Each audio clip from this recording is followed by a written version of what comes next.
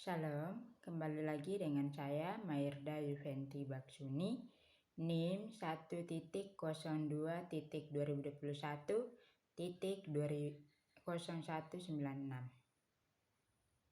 Rangkuman Ketahanan Nasional dan Bela Negara. Yang pertama, pengertian ketahanan nasional dapat dibedakan menjadi 3, yakni ketahanan nasional sebagai konsepsi atau doktrin, ketahanan nasional sebagai kondisi, dan ketahanan nasional sebagai metode atau strategi. Yang kedua, ketahanan nasional sebagai konsepsi adalah konsep khas bangsa Indonesia sebagai pedoman pengaturan penyelenggaraan bernegara dengan berlandaskan pada ajaran Astagatra. Ketahanan nasional sebagai kondisi adalah kondisi dinamis bangsa Indonesia yang berisi keuletan dan daya tahan. Ketahanan nasional sebagai metode atau strategi adalah cara yang digunakan untuk menyelesaikan masalah dan ancaman kebangsaan melalui pendekatan Astagatra yang sifatnya integral komprehensif. Ketahanan nasional memiliki dimensi seperti ketahanan nasional, ideologi, politik, dan budaya, serta konsep ketahanan berlapis dimulai dari ketahanan nasional diri, keluarga, wilayah, regional, dan nasional.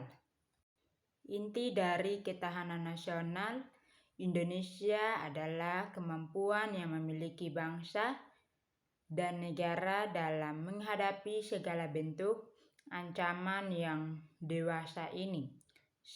Spektrumnya semakin luas dan kompleks, baik dalam bentuk ancaman militer maupun nil-militer.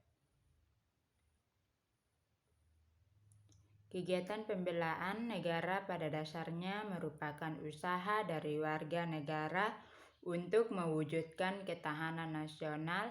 Bela negara adalah sikap dan tindakan warga negara yang teratur, menyeluruh, terpadu, dan berlanjut yang dilandasi oleh kecintaan pada tanah air dan kesadaran hidup berbangsa dan bernegara. Bela negara mencakup bela negara secara fisik atau militer dan bela negara secara non-fisik atau nir-militer dari dalam maupun luar negeri. Setiap warga negara berhak dan wajib ikut serta dalam upaya bela negara. Bela negara dapat secara fisik, yaitu dengan cara memanggul senjata menghadapi serangan atau agresi musuh.